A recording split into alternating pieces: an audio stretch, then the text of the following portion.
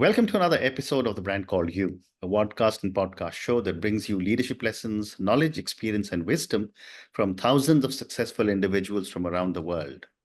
I'm your host, Ashutosh Garg, and today I'm delighted to welcome a very senior, accomplished, and respected educator from Chennai, India, Chitra Ravi. Chitra, welcome to the show. Thank you, Ashutosh. Pleasure to be here. Thank you. Chitra is the founder and chief executive officer of Chrysalis, which is a state-of-the-art educational research and innovation organization with a vision to awaken the innate human potential in every child. Given the amount of work that she's doing, understandably, she's been awarded and felicitated several times. So, Chitra, my first question for you, tell me a little bit about your own journey and what was the inspiration to create Chrysalis? Yeah, thank you, Ashutosh, in the first place. A wonderful opportunity for people like us to share our experience and the work that we do. Coming to Chrysalis, yes, I founded this in 2001, way back, as a small boutique advisory. After having stints in banking and in the family business and all of that, I think my heart craved for something more purposeful in my own way. And it came about as an epiphany when as a young mother, I saw my two daughters getting into kindergarten and, going through the schooling, as we can call it. What I found was on keen observation, and I think many of us as parents perhaps just take it for granted that this is growth, this is development, which it is in many ways. But I found that there was something amiss. The first 3 years that I observed my children, the curiosity that kind of got them on to discover new milestones, be it physical, social, emotional, or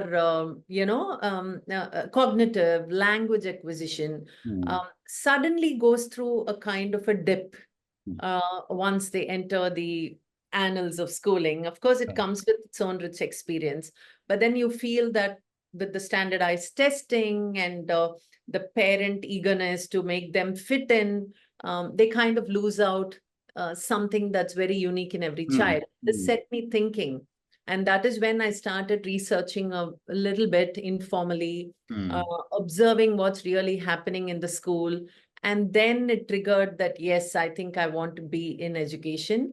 I did go to the Harvard Grad School of Education for a more, I would say, formal learning as well. And that led to the growth and the birth and growth of Chrysalis. Oh, yes. amazing. And what is the core mission of Chrysalis and how do you differentiate yourself? So if you look at our vision statement, it's awakening the human potential in every child. Yeah. What we mean by it is, I firmly believe, and in the Indic culture, we call it Swadharma, that each one of us do have a purpose that is very aligned to your own, your own nature, I would say. And then there are skills that needs to be acquired to make this more purposeful, more deep. And according to me, and I've been an avid reader of our own culture, Vedanta, I felt that the schooling or the education journey should actually tap on this, right? And unlock and unleash this human potential. I found that our schools are, they meet a lot of limitations and roadblocks to make this happen. Correct. So the mission of Chrysalis is to see we can incorporate our research, the work that we do in depth, which manifests as a curriculum for schools, methodology, pedagogy. Can we help mainstream schools across the country to imbibe and incorporate these in their own journey? That's the mission of Chrysalis. Amazing. And I am complete agreement with the amount of knowledge that exists in our Indic scriptures. But Chitra, you also talk about on the one side, it's the human potential, awakening the human potential. But when I was reading about you to prepare for this conversation, there is also something called the human potential framework that you have developed. Yeah. Tell me a little bit about this and how does it underpin the Think Pin approach? Think Room. Yeah, that's our product and how it manifests, our Correct. vision and mission manifests in schools. Yeah. Great question, Ashutosh, I should say.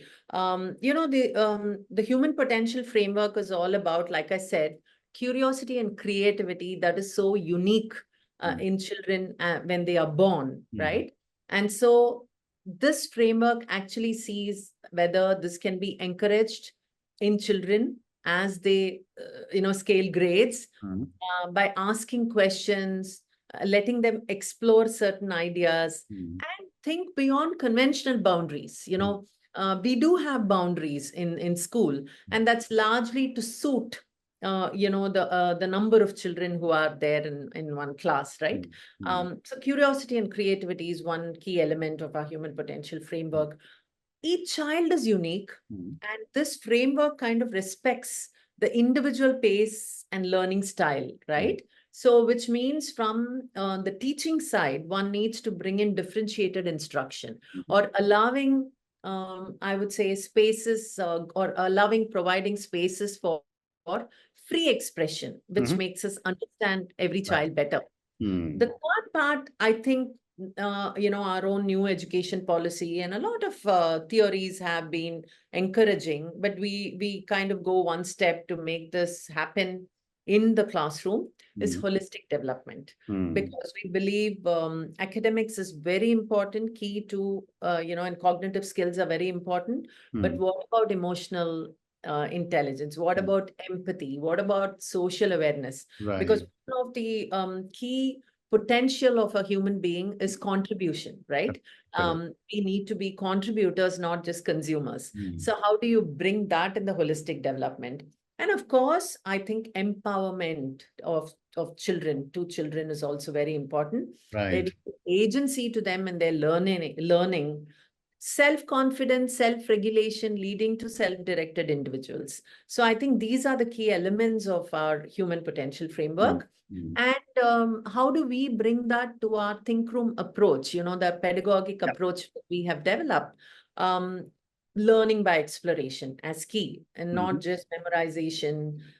It's about actually doing and conducting experiments. And then there is this socio-emotional focus, right? And I think there are three key parts to how we do it. One is consistency, building habits of thinking. We do see in many schools that thinking is nurtured, definitely, yes. But is it consistent? Is it with every teacher, every subject that they learn? I think that integration and consistency is one of the key aspects of Think Room. And so these two brings in a learning environment where every child is encouraged to unleash their full potential. So the other two aspects of Think Room, I would say, is the basic, I would say, tenet of Chrysalis and Think Room has been that every child in the class has a story and a context behind, right? So how do we as teachers or adult stakeholders, how do we make that visible? Right. And that is a very important part. Very So interesting. I think, and also the potential of the child, because we see that even when they are just 5 or 6, the aptitude is again unique. A child likes to express through words. A child may like to doodle and express through art. Some children are very kinesthetic. So how do you allow for these differences and beautiful ways of expressing in the class? Yeah. Very well said. Thank you. You also talk about children mentally dropping out of school due to boring methodologies.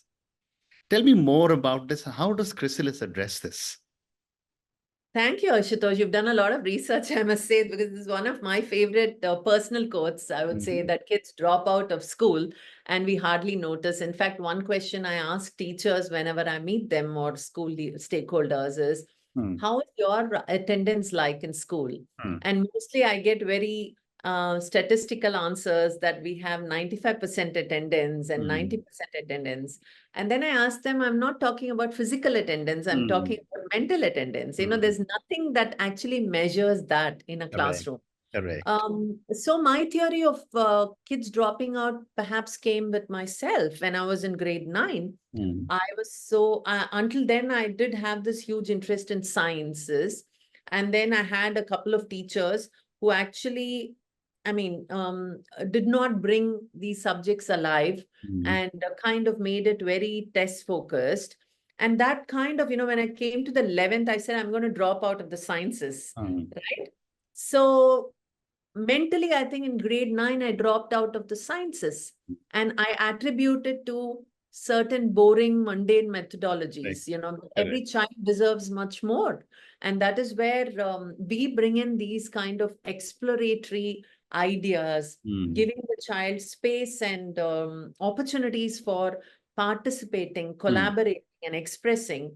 And that definitely makes the child think about it in a very different way, right? Interaction with us. So I believe that many learning challenges can be addressed through, differentiated instruction, or the way we bring in an excitement and curiosity, keep the curiosity alive in children. Yeah. Very well said. And as you were talking, I was thinking that I also dropped out of the sciences because of a very boring, but much before you did. Okay. But my next question for you, Chitra, is how does Chrysalis cater to the emotional and physical, psychological needs of children in the learning process? Yeah, interesting question. So there are two parts to it. One is building emotional intelligence, which is, I think, the responsibility and duty of our society, right?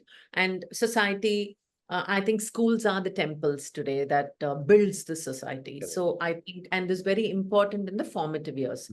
The second is creating a very emotional, safe, and vibrant, stimulating environment that allows children to be nurtured and come alive, right? So these are two parts. One is creating an environment which can lead to much better learning, much more longitudinal love for learning, etc.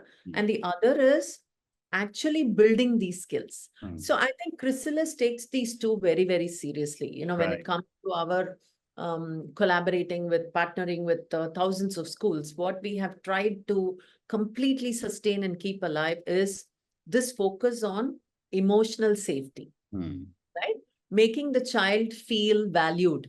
And the value doesn't come because I perform better than the other, or, I'm a first ranker. The value is simply because I'm this young kid with a story behind me. Correct. We train teachers towards that. We bring in certain routines, as we would say, in the school culture. We call them systemic practices that kind of makes this value very perceivable and palpable by kids.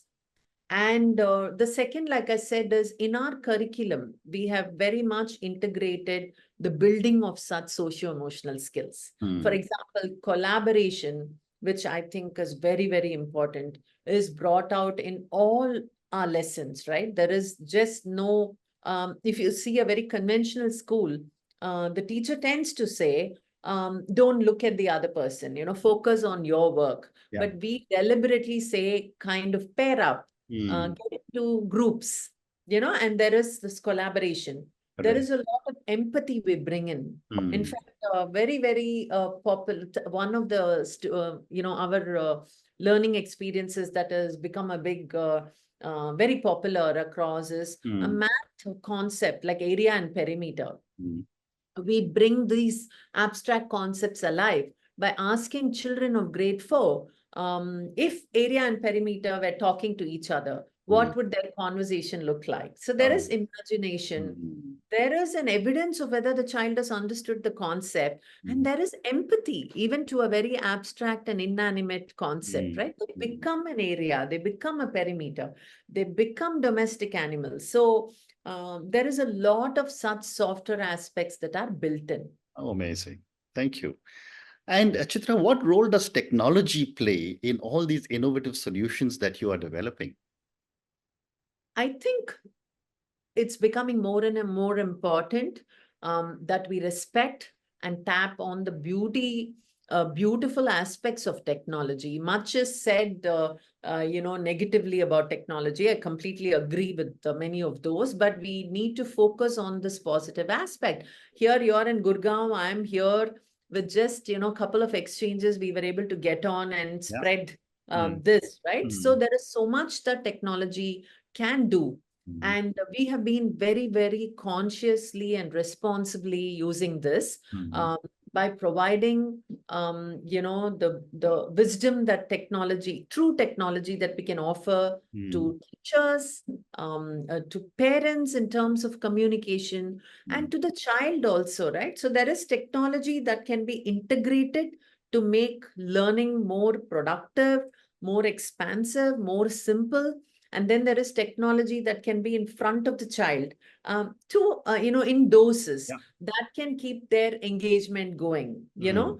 So while I still come with the strong philosophy and belief that humans elements cannot be replaced by technology, but it can be complemented. Yep. It can be supplemented a lot through responsible use of technology. We have also come out with, a very interesting classroom device called Genie, which is now used by hundreds of schools, which taps on augmented reality. And there again, when we innovated that device, we looked at the teacher's convenience and comfort and what this could really impact in terms of learning. So very conscious about technology and its impact and how responsibly we can use. Very I think when you go deeper, Ashutosh, Mm. you can actually bring in the best uses of technology while we save this formative years, I would say, from the hazards of technology as Yeah. well. Yeah. Yeah. Well said. The other aspect I wanted to get your perspective on was that how does Chrysalis approach the elimination of traditional textbooks, and what Yeah. does it replace them with? Absolutely. I think love for books, love for interacting with pages, smelling them. At least I've grown up that way, and I totally believe my children grew up that way. I think it's very, very essential. So when we say elimination, we don't talk about eliminating books. We talk about eliminating conventional textbooks, Correct. right? Correct. And so what is this conventional textbook? It is just a repository of content chunks that is not even sometimes laid out in a very child friendly or Friendly. Yeah. stimulating way, right? So we are fighting, continue to fight, I would say, and quite successfully bring about what these limitations of the conventional textbooks in today's era makes no meaning. Correct. I don't think we need to go into a textbook to really know what, let's say, photosynthesis is, right? I mean, just a content piece doesn't help the child because they have access to 72 channels. They have access to so much more than we can possibly imagine, right? So what we have done is converted this conventional textbook to something like a portfolio. We call it the studio because it is like an artist studio. The child is co-creating the book along certain prompts, along certain very pedagogically how do you call it? I would say sophisticated design of questions, and all of this, and providing spaces for the child to express either in words or in art form. And what we've noticed is once the child starts co-creating, the book becomes a part of the child's identity. And their love for holding it in their hand actually goes up. Right. Very interesting. So they start owning their learning, right? And that is so important. Very Now, interesting. that I don't look at textbook as, oh, yet another thing that I have to take to school, to Absolutely. something I hold very close to my heart and say, this is my book. So much so, just before I close this line of thinking, the wrapper of our studios is actually left blank with just a small prompt where every child can create a unique imprint of their own expression. And then it becomes that it is not a common textbook for 35 children in my class. Each book is unique to me, and it's an expression of myself. Amazing. So that's the way it is. Amazing. I wish I was young enough to have come to one of the Chrysalis programs. I wish to at times. No, maybe I'm going to encourage my granddaughter to start looking at this. But my Yeah. next question for you, Chitra, is, you work with over 1,000 schools across the country. How do you maintain the quality and consistency of the program across such a wide range of schools? Yeah. There's been a question, Ashutosh, from many, many people, including our own customer schools. They ask us, and when I interact, they say, how does everybody in Chrysalis speak the same way, smile the same way? So we're not very clearly creating clones, but we are creating a culture, Correct. a human culture, right? And that culture, I think, essentially comes from a very strong purpose in the organization that is kind of discussed, debated, allowed, allowed for arguments. But we all believe in the soul of the organization. And I think I've been incredibly, I've incredibly lucky to have had people who are like-minded to join forces. And I attribute it completely to my 150, 160 member team, who all carry this conviction and belief in the mission and vision of the organization. That is very important from a culture creation perspective. But more than that, then how do you do it? There is constant, I would say, informal, formal training, conversations, where we go deeper into this whole topic of the child, or what the sole purpose of the organization, how do we do it? And I think that carries this mission across. So when you have 170, 160, 170 like-minded individuals who are striving, can be different, they can be different in different points of maturity, but they all believe in the sole purpose of the organization. When that happens, I think something incredible happens. So I'm not so worried about scale, because we are now prepared to really scale up with the quality, not diluted. Very I well. would say. Well said. Time for two more questions for you. Uh, what feedback have you received from educators, students, and parents about the amazing Chrysalis program, which is giving a lot of learning potential to students, and yet it is so different from the old tried and tested methodologies? To confess, yes, it's varied. It's mixed. I would say 99% we receive a lot of love. People really value what we are offering. People perceive the beauty and the nuances. Sometimes we need to work hard for them to understand these things, but once they get it, they see the benefits, they see their children grow confident, the children going happy to school, a lot of engagement in the classroom. Teachers have come back and told us that, finally, I find the purpose of me in this occupation. In fact, one of the best feedback I've got when I met one of the teachers in a school in Bangalore, she just came up to me and said, you know what, I'm sometimes scared. After Chrysalis, I feel like I'm not teaching. I'm just enjoying my space in the classroom. And I told her that's essentially what we are working on, right? But she felt that somewhere probably she's not working hard, and because she's so engaged in her teaching learning process. So while that is there, we are still striving to make all the stakeholders see that this is what is important for the long term, for the child. But, we are in a society where people want quick fixes. We go to a doctor, and if he does not give us a pill, we are actually not finding value, right? We are like, I've come to you with a headache, and better give me something for my quick relief. So when it comes to that, there are mixed reactions. People tell us, can you do more tests? Can you help us with more questions? So it's a process where we are also understanding the stakeholders. We move with empathy too. We cannot be there saying we are holier than thou, we understand better, because we are actually serving our customers, our schools. Correct. So I think in this last so many years, we have tried to find the balance And we are a highly learning organization.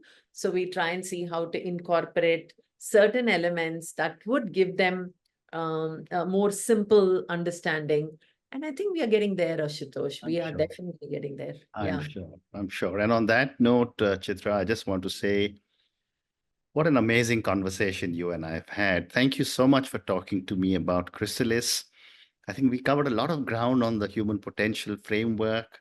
I learned new things. We talked about Think Room. I was able to empathize with you when you talked about dropout.